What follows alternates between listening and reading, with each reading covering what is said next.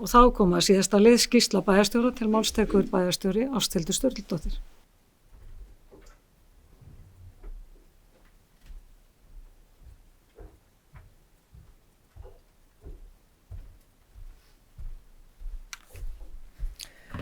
Forseti, ágætu bæjarfulltrúar, ég ætla að fara hérna yfir það helsta, svona frá síðasta bæjarstjórnarfundi. Þann 18. mars þá fór fram vel heppnaður stjórnendadagur hjá Akureyrarbæ, þar sem var bæði fræðsla og gott samtal gervigreind og kannski svona niðurstaðan að því að á sama tíma við þurfum að fara varlega í sakinar, þá eru tækifærin gríðarlega mörg og við ætlum að leggja okkar mörkum í því og nýta tæknina en fræða starfsfólki okkar sömuleiðis hvernig skynsamlegast að nýta hana.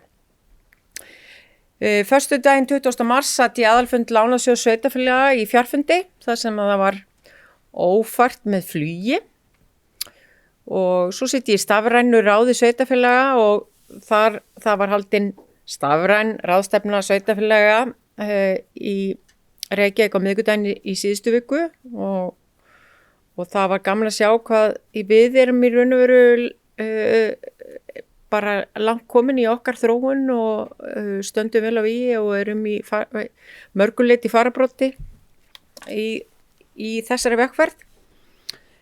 Kannski ekki lengst komin en við erum allavega að góður leið.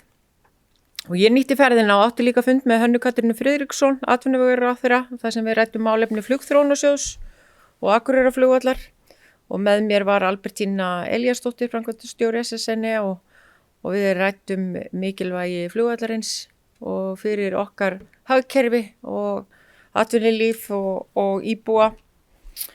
Og ég gat ekki merkt annað en að það væri töluverður skilningur á því. Nú, svo var veðrið aftur að stríða okkur eins og það hefur verið að gera núna undanfarið og ársþing SSN var haldið í fjarfundi síðsliðinn 50 dag. Þar mistu við af góðri samveru með kollegum og vinnum hér á starfsvæði SSN. Nú, svo hefur síðasta vika og síðustu dagar eðli málsins samkvæmt verið nýttir til þess að rýna í ársreikninginn og undirbúa hann og svo hafa verið ýmsir fundir síðustu dagar að snúa að skipulagsmálum og svo átti ég að fara til Grímseyjar núna áðan en veðrið var ekki nægilega gott þannig að flugið var fellt niður í dag en það stendur til að fara á morgun og þar ætla ég að hitta nokkra íbúa en sömuleiðis afhenda Miðgarðakirkju einstaklega fallega kertastjaka eftir Margréti Jónsdóttur listakonu sem Akureyrarbær gefur kirkjunni í tilefni af vígslunni og það verður ekki hægt að segja annað en að við samgleðumst Grímseyjum innilega með nýja fallega kirkju og ég bara vonast til þess að það verði flogið á morgun en annars óska ég ykkur gleðilegra páska og þakka fyrir mig. Það hefur bæjarstjóri lokið máli sínu og dagskrá tæmd.